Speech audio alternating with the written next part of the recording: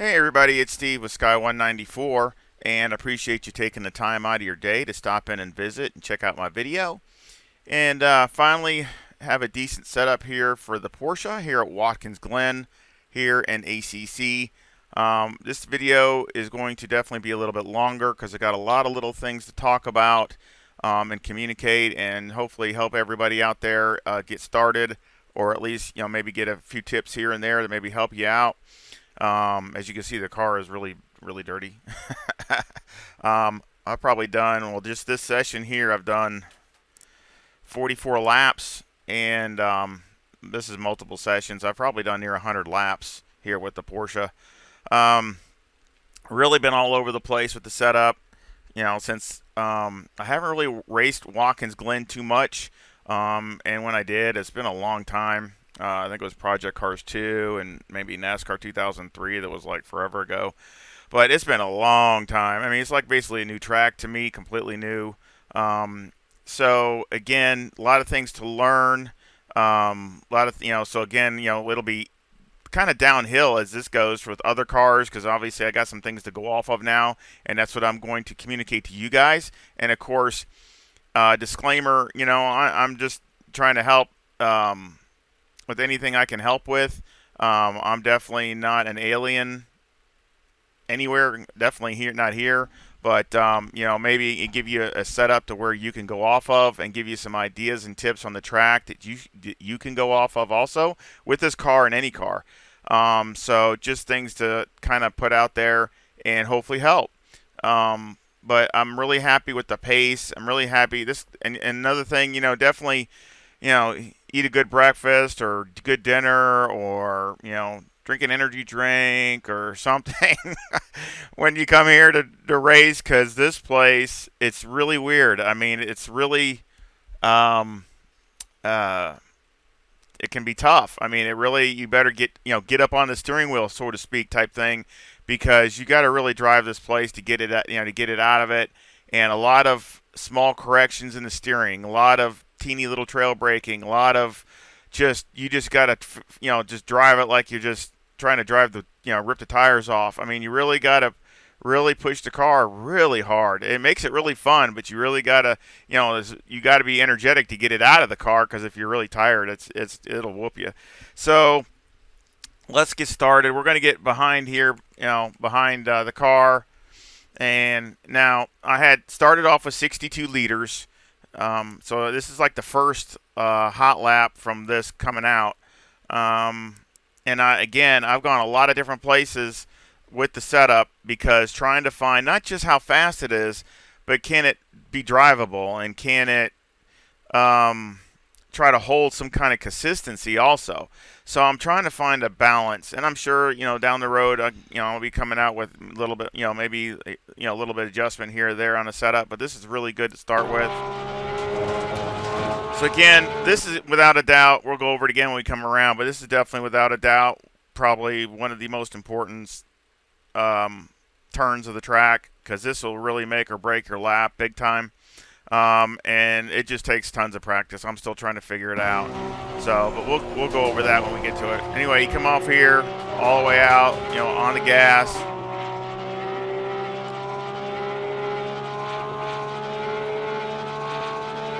And basically, I'm stopping before the 100. I can use this, but if it's gone, just kind of remember it's before. I'm looking at it in the car, and again, I'm going to go back and forth here so you can kind of see.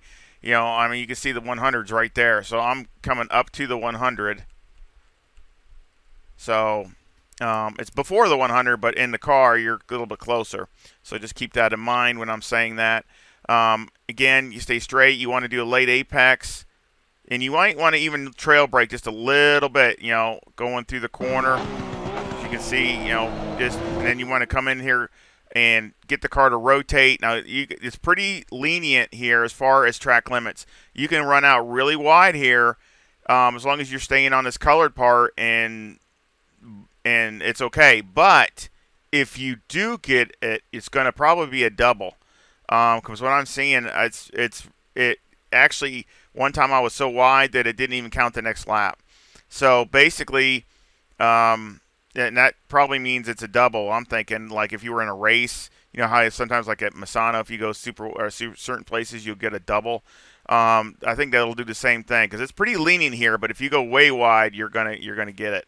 So again, you know, as you can see, I'm pretty much all the way over on here, and I'm fine. Here it's wide open all the way. I just hug the corners, and it could be this way right off the get go. It's fine. This car is I got plenty of downforce. Speed is decent. Again for the Porsche. Here I'm coming past 300 and right up to this guard shack. So I'm right up to the guard shack up here. Again, when it's the first lap, you might want to just be back by the 300 a little bit, because again, your tires aren't up to temperature.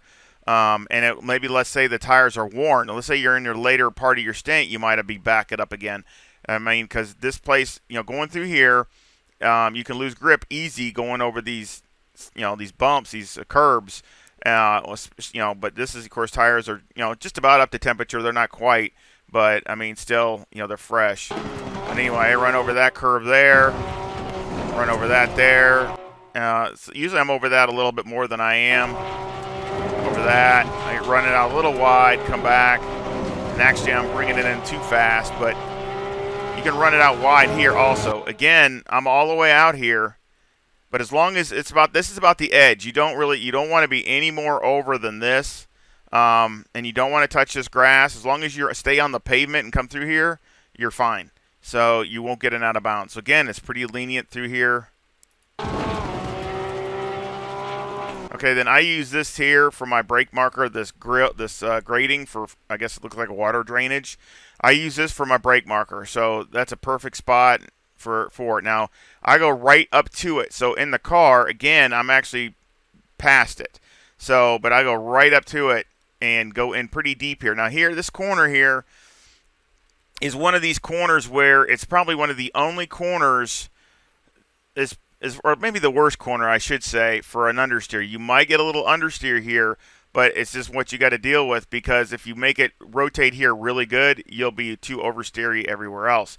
But you can modulate it by your brake. So you go in there deep, and you can trail brake, and it'll help the car rotate, and then you'll take the understeer out. So again, it's not that bad. And again, all these corners, you want maybe not to get on the curb hard, but you don't mind feeling a little bit of that rumble, because that's where you want to be, is right all the way down. Now, when I'm in the car, I'm looking for this orange thing. Okay, I'm looking for this orange on the end of the guardrail. So use that as a judgment. The ambulance or the orange thing right here. This is what I'm looking for. And when I'm seeing that coming around the corner, as soon as I see that, I start feeding the gas. You can see I'm already full throttle right here. See, I'm full. So as I'm coming around and I'm seeing this, I start getting on the gas. Now, see, I can't even see off the corner. I can't even see it. I can barely see the curbing over here. But when I start seeing that, I'm gonna get on the gas, okay? Because that's my cue to get on it. And again, that's a judgment. You might do that here, or you might do it maybe even a little sooner. Like I said, when you start seeing the ambulance or something. But use this as a judgment and start feeding and start getting on the gas, so you can get the drive coming off of here. Again, I'm going to use every bit of this curbings. Every one of these corners, I'm trying to use everything I can. And again, they're a little bit banked, so that's really nice. And you get on this curbing, you can see it's got a little bit of banking to it. So it kind of, once you get on it, it kind of helps you shoot you back onto the track again. So again, and if you touch the grass a little bit, it's not the end of the world, but you got to be careful in certain places. This isn't too bad because you got the curbing. But this next corner is different. But anyway, this isn't too bad. If you get on the grass a little bit, it might slow you down a little bit, but you're okay. But again, you're on the gas full, right to the edge. Come back. Now this is a tricky corner here, okay? Because I'm right up to the 100, and again, I'm in the car, so I'm actually up to it or past the 100 in the car. And here you're gonna kind of apex early on this corner. You're going to not go out wide and bring it in, because it's a really long sweeping uphill corner. You're going to basically bring it in tight and you have to modulate it, and it's a really difficult, weird corner because it's and like any other corner I've seen as far as we'll see when we do the outside lap. It's like you're totally off, but that's the way the fast way is around here. So anyway, you're going to come in, hold it tight, okay? And again, when you see the fencing here at the end, so you're in the car, okay, and you see this fencing coming around. See where the fence ends, where these are. When you see this coming around, you're going to want to start opening it up. You're going to want to start opening the steering up, feeding it gas at the same time, okay? And you're going to run this out, and you got to have faith because you're going to run it out to this little spot in the pavement that basically extrudes out. Okay, so that's how you really get the fast laps, and you're getting all the momentum you can down this little straightaway. But that's your judgment. Now you might be a little before that, you might be a little after that, depending upon how good you're going through this corner. But use this as a judge. Basically, when you see the end of the fence, you want to start opening it up as far as the steering, opening the car up so it starts, drifting out. Getting on the gas and modulating both, so you run it right out to the edge of the pavement. And we'll see how you're going, and you see you're running out. I'm already running out. I'm already almost full throttle, so I'm modulating the gas. Now you can't see it because again, it just looks like you got grass here. There's no curbing here. So on your left side here, there's no curbing. So again, there's a little notch out here that you're going to run it right out to that. See that notch? See that right past the line here? And that's where you're going to run it right. You're going to use all that on a good lap. See, you're going to use all of it. You're going to go right out to the grass. Now, this is where you got to be careful because let's say you misjudge that and you come out here and hit this grass, you're most likely going to wreck because you're turning hard. You're on the gas. If your left tire touches this grass, you're going to go right into the wall on the right-hand side. So again, this is dangers right there. You want to be really careful of that when you're coming off of there. Make sure you're not going to go off into that grass. You might make it, but there's a good chance you might not either. So you're up the hill, full throttle. Okay, you come down here, and again, I'm past the 200. I'm in between here.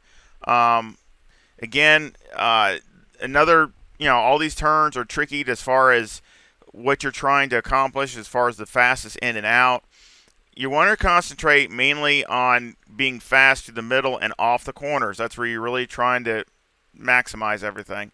Again, this is more of a later apex here. You're going to try to, and again, you can run this out wide, touch the curbing a little bit. Again, you don't really want to be on top of it, but you kind of want to feel the little, little rubbling there.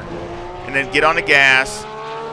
And you can run it out, get on the gas, and you can run it right out here. Now, you don't want to be run out too wide because you can get a penalty here. But you can run it out wide here at the end and come back, and it's fine. I actually didn't run it out long enough. Now here, I'm on the brake, and again, you see that I'm in the car.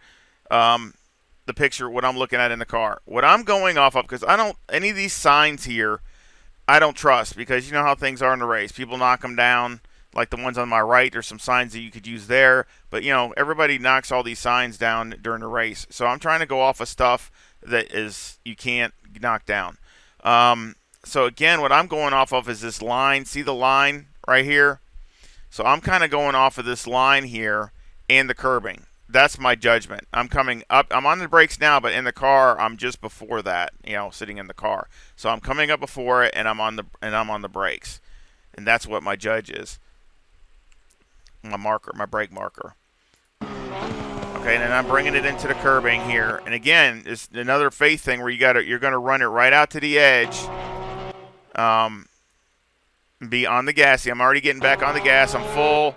And again, it's got that curbing where it's kind of banked here, so you can run it right on the curbing. Even if you touch the grass, it's not the end of the world. It might slow you down a little bit, but you usually won't wreck as long as you just touch it a little bit. And see, I'm right up on top of it. And that's the fastest way. And get on the gas as fast as you can. Come down here. Now here, I basically don't even hit the brakes. I don't think. I basically just lift a little bit and at the 100. I try to do a late apex. You don't even want to touch the brakes.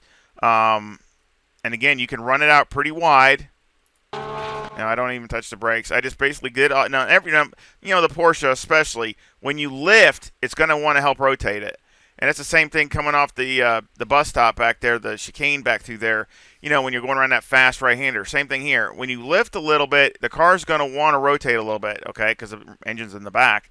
It's going to want to help the car rotate. So again, if you need to rotate the car a little bit, just a little bit, you can kind of lift, and it'll help rotate the car. Plus, you're slowing down. So again, you want to touch this curbing here. You want to feel it, as far as rumbles. And then, I'm already full throttle. And you see, I'm all the way all past here. And as long as you stay on this painted, I think you're okay. But if you go past it, you're going to get a big penalty. So again, you don't want to go past here. You want to stay on. You keep your lefts on this painted curbing part. Now this is, again, here we go. This is the toughest section. It's the toughest turn, but the most rewarding, and you can gain or lose time here. And it's the toughest one, in my opinion, to get consistent. So this is what I try to do. I'm looking at this little notch here. You see this the little notch that comes out? Well, again, I'm coming up to this notch, and right before the notch, so we'll come up here, okay, and I'm already turning in, see, before the notch. So we're going to come back. We're going to come through here. I'm on the brake. So again, I'm just touching the brake. I'm not full on the brake. I'm just touching the brake to settle the car, okay? And you can see, let's look where I'm at, in the car. Here, this is what it looks like in the car. So I'm coming up to this notch. So again, I'm a couple car lengths away, but that's what my judgment is. And, I could be a little bit closer. But again, I'm trying to basically just settle the car down, turn in, and try to hit this curbing on the inside. Now, these laps are not perfect. And the difference between, 2 or 3 tenths is hitting this curbing just right and maybe not hitting it at all or hitting it too much or whatever. That's how critical everything is. But again, at least you're making it through and you're running decent times. So again, you're going to come through here and you're going to try to hit the curbing but not get on top of it. You want to kind of scrub a little bit on the curbing.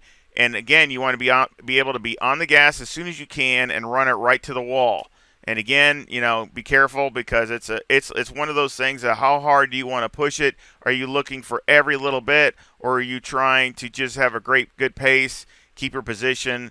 Because the more chance you take here, the more chance you have of hitting the wall coming off the corner.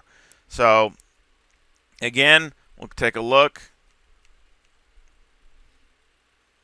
Now, see, I got on the curb too much. So again, I could have been just off a little bit more to the left, but I got on top of the curb instead of being kind of like right here at the bottom of the curb, okay? And that kind of upsets the car and slows it down a little bit. But, I mean, but still, it goes through. It doesn't, wreck it, or you're not having to, go crazy with the steering. And, of course, I'm in fourth. So, let's go back. So, again, I'm modulating the gas. I'm full right now. So, see, I'm off the curb. I'm full throttle right now. Before, I even know what's going on as far as this, but I'm, sure I'm going to make it. But, before I'm even coming off the curb, I'm full throttle right as I come off the curb, I should say. Right to the wall and all the way down. Okay, so again, we'll go over that.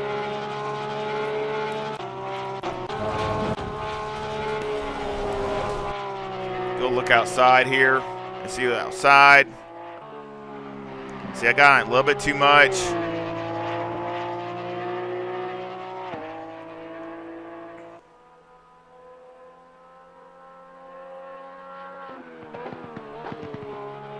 That's a 145.62. As you can see, my fast lap is a 145.31. So again, that was one of those.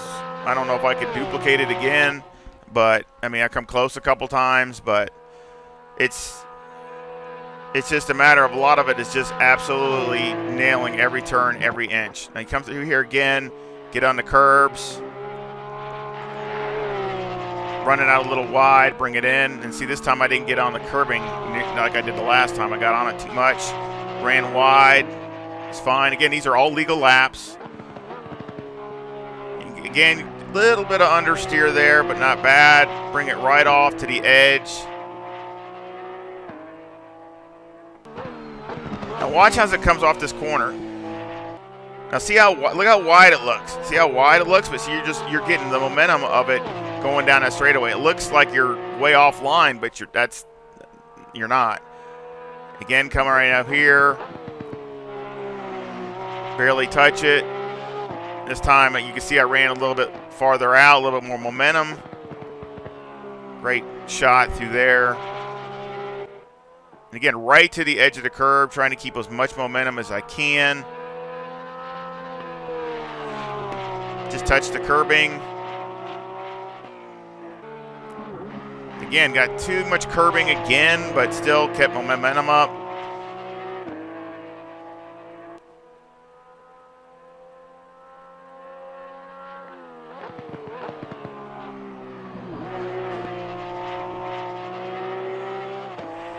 And that was a 1:45.48. So again, that was a decent lap, and there still wasn't perfect. There were still places where I'm missing. And again, let's go over that. I just want to go over that last corner, and we'll do it in slow.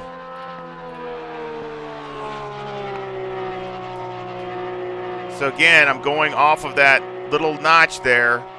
So I hit the brake, turn the car in. Now again, I should just be a little bit farther over from that curb, come off, but you see I'm right up against the wall in fourth and using every bit of the track. So again, it gives you an idea of what to do. And again, a 1:45.48 I think is a good lap for me. It's really good. And again, you got 52 liters. It's not like a hot lap or something. This is race pace. And all these laps, I had all 45s. And that wasn't my goal. Not just to hit a 45 once and that's it. That was not my goal. My goal was to be able to run a race pace of 45s and keep it there for at least a lot of the stint. And so basically all those laps I did were all 45s, except like the right near the end I did 46 flat, and a couple of them were made small errors. So again, you can do a lot of 45s, and even when you get into 46s, they're 46 zeros, 46 teens, and so it's a gradual drop off. So again, I like to see that. That's at least how I like it. And let's go over the setup. So we got 24. Now you see the temperatures. I've been running since 8 o'clock. And now it's like 10 something, or 10. So it's been like 2 hours. So it's more mid-20s. So the track is definitely not super cool or anything. But I got 24.6 left front, 25 left rear, 25.7 right front, 25.8 right rear. The toe's a negative 0.05 with the camber at negative 3.9 on the left front, negative 3.7 on the right front, and the caster at 9. The toe in the rear is a positive 0.1 with the camber at negative 3.1 on the left rear and negative 2.9 on the right rear. Now, all these, the wear I got, the inner to outer is a little bit bigger spread than I normally, but that's because we got all these fast turns. You got, you have a lot of super, super fast turns. And so, I don't mind running a little bit more of a spread on the inner to outer as far as the temperature, the wear difference and those kinds of things, because that's just going to happen. And it gives you a little bit more stability. So again, I don't mind. I go to what the car and everything's trying to tell me, and basically, whether it's a clock or tire wear or whatever. So that's why I went off of these. These should be pretty good. Electronics are 3, 3, and 3. Course fuel, I had 62 liters. You can see how many tires I was going through. Number 1 brake pad. Of course, there was light graining, and on the tires.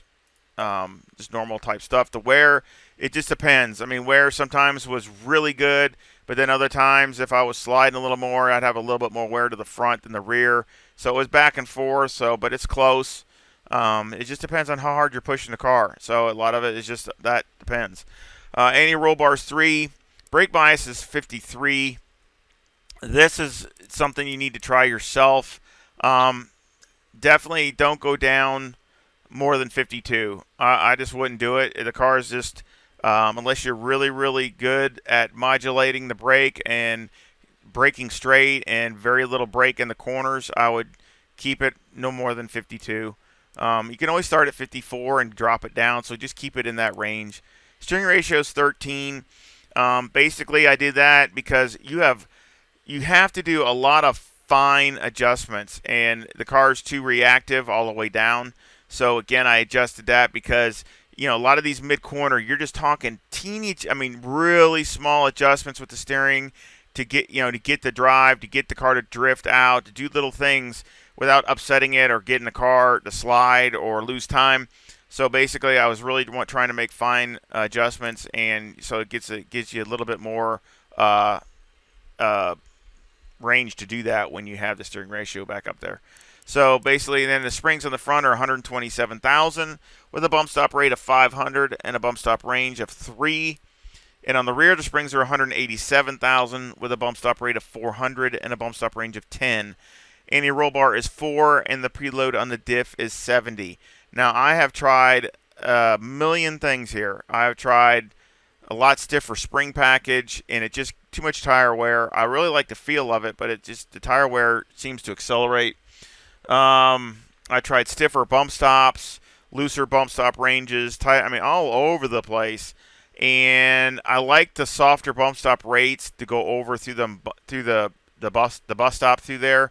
I really like that better as you did the stiffer bump stop rates, and it just goes over it a little bit too harsh. So I kind of like this better and trying to find a happy medium to help steady the car through these fast corners, but yet go over the bumps without getting it too upset. So, and then if you loosen the bump stop range up too much, then it actually gets the car more upset. So it actually likes it a little bit tighter. It makes it more solid. So, and now especially through the other corners, where you're going through so much speed and so much momentum and all that going through these fast corners, you don't want the car to pitch any way drastically, or you just lose time. You slide or you lose it. As far as back here, I've tried lots of different things. Now you can go down to 60 and try that if you would like. I didn't see that big a difference, so I kept it where it's at. I tried a lot of different anti-roll bars also, and I like this one the best. And I like to be able to be mid-corner off. I want the car to be trying to keep the understeer or oversteer. I'm sorry, trying to keep the oversteer down, coming off the corner. So basically, that's why I want another click of the diff. And you need the anti-roll bar to get this car mid-corner and off the corner. You need to get you need the anti-roll bar to help the car rotate. So basically, that's why I have setting there. I tried less, but it's too much understeer. It starts understeering too much, and so you need that to help the car rotate. You might even want to go click if you think it doesn't have enough rotation. You might want to even go one more. And you might even go one more and try that. That's something you can try. I did try that a little bit, and it didn't seem too bad. But, again, I'm trying to find something that's a little bit, driver friendly. But that's an option that you can try and see if you like that. Shocks. We have 3142 on the front and 1142 on the rear. And I will show you Motec, which I haven't even checked it since this last stint here. So we'll look at it and see. Let's go down to that 46 lap. 48. So that's Motec there. That's the lap I showed you, that last lap. Now I think it looks pretty good. It was definitely had a lot worse than that. I'll show you what it looked like. Well, this is not even, I've already been testing it, but like let's say in the beginning. See, that's what it looked like in the very beginning of this. And that's a 4580 something. and you can see it had some pretty big spikes up here and stuff like that. So again, making adjustments, and that's still running a 4580 something. But again, I'm trying to help as far as it being driver friendly and help tire wear and things like that. So again, I think it looks a lot better there. So again, just wanted to show you that I do use Motec, and there's always adjustments that can be made, but I think it's really close. So let's go back. Oops. There we go. And then we got aero, and we have 53 ride height all the way down with the max splitter, 72 ride height in the rear with a 10 wing and a 3 and a 2 in the brake ducts, and the front aero variation is a 2.7 to the positive. So again, the only thing that I really didn't mess with was ride height in the front. As again with the Porsche, really I try to start off all the way down or maybe one click, because this is going to change dramatically with the fuel in the front. It always does with the Porsche, as you can see. It's up to 55 now with only when you get down near empty. So again, and that's just going to make the car understeer more.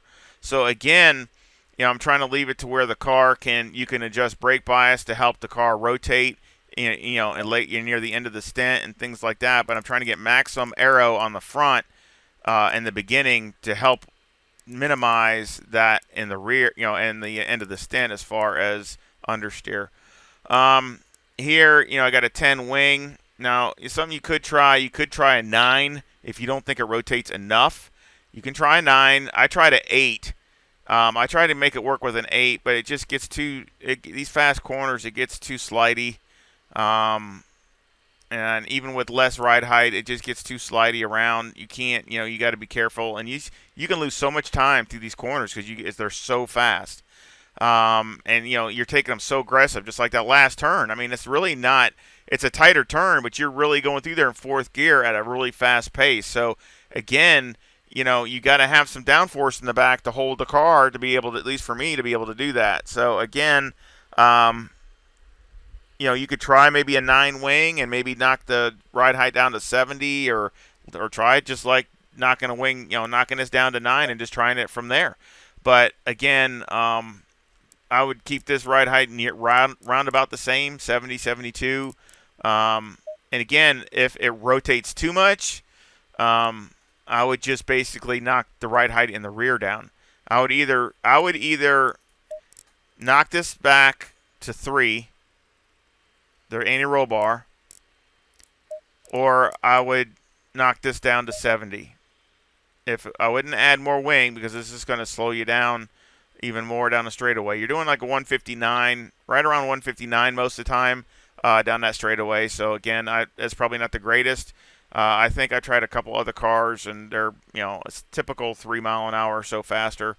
So again, it's just typical Porsche. So that's why you have to make up the time in the corners. You got to make it up, and so I'm trying to get maximum performance through the corners. So again, I hope you like it. I mean, definitely a lot of going through, and hopefully the other setups for other cars will be coming out for Watkins Glen, and we'll see how they compare. But I have some basics to go off of, since it's basically a brand new track to me, just kind of like Coda, because you have to learn everything, braking markers, just everything, basically from scratch, and really try to know what works and what doesn't. So again, I think it's a good setup. I really do hope it works for you. Got a lot of time and effort into it, so I hope it works for you. But if it doesn't, I understand. But again, any of your comments, suggestions, things like that, I try to take those all into account and try to improve and try to get better. And a like and subscribing would really help support the channel, and I would really appreciate it. Of course, a link to this setup will be in the description, like all of them. And again, all of my setups are in the playlist also. So again, and I'm starting a new one for Watkins Glen with this, but again, all my older setups, other tracks are always in the playlist if you're looking for a setup. And also, of course, I have a PayPal account also, which a link will be in the description if you want to help support the channel that way also, and I would really appreciate it, and thank you if you do. And again, I hope you give me a like and you come back and visit again really soon. Y'all take care. See ya.